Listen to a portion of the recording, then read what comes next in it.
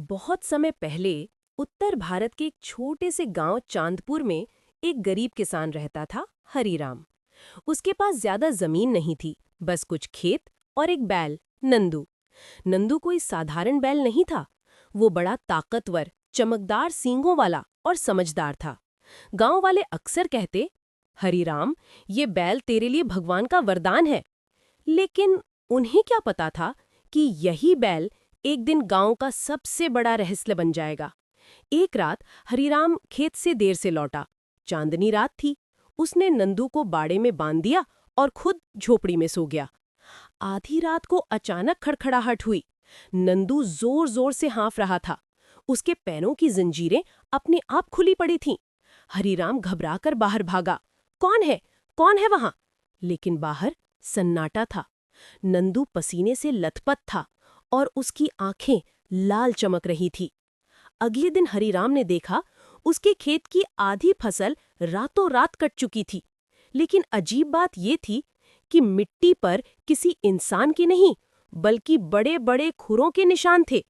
गांव वालों ने कहा, शायद जंगली जानवर आ गए होंगे। लेकिन हरीराम के मन में एक डर घर कर गया। कहीं ये सब नंदू का तो काम नहीं?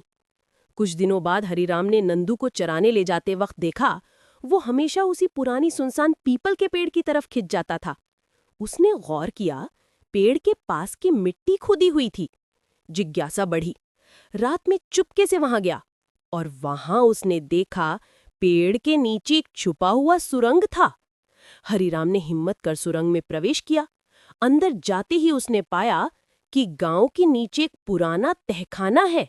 वहां बिखरे पड़े थे पुराने सिक्के, बर्तन और टूटे फूटे हथियार। अचानक पीछे से आवाज आई, मालिक, आपने मुझे ढूंढ ही लिया। हरीराम ने मुड़कर देखा, नंदू, पर वो इंसानी आवाज में बोल रहा था। नंदू ने कहा, मैं कोई साधारण बैल नहीं हूं। सदियों पहले इस गांव पर एक श्राप लगा था। मैं असल में इसी गांव का रक्षक वीर प्रताप हूं। एक दुष्ट तांत्रिक ने मुझे बैल का रूप दे दिया ताकि मैं अपने गांव की रक्षा न कर सकूं। हरीराम हक्का बक्का रह गया। उसी वक्त तहखाने की गहराई से हंसी गूंजी। हा हा हा हा, आखिरकार तुम सच जान ही गए हरीराम। अंधेरे से वही बूढ़ा तांत्रिक निकल आया। उसकी आंखों में आग जल रही थी। वो बोला, अगर ये बैल इंसान बन गया तो मेरा सब कुछ खत्म हो जाएगा। आज मैं इसे हमेशा के लिए मिटा दूंगा। तांत्रिक ने मंत्र पढ़ना शुरू किया। पूरा तहखाना कांपने लगा। हरीराम डर से थरथरा गया, लेकिन उसने हिम्मत की। उसने पास रखी लोहे की तलवार उठाई और तांत्रिक पर झपटा। नंदू भी जोर से गरजा और उसकी आंखों से लाल चमक निकली।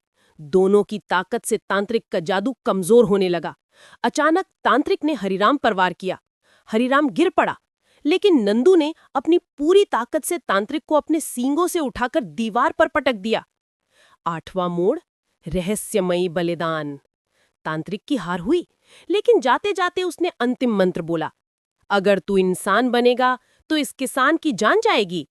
नंदू ने हरीराम की ओर देखा और बोला, मालिक, मेरी किस्मत तो बैल बनने की है, लेकिन अब तुम डरना मत।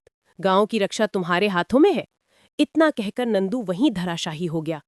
उसका शरीर धीरे धीरे पत्थर बन गया। सुबह जब हरीराम बाहर आया तो देखा, पीपल के पेड़ के नीचे एक पत्थर का बैल खड़ा है। गांव वालों ने उसे चमत्कार माना और पूजना शुरू कर दिया।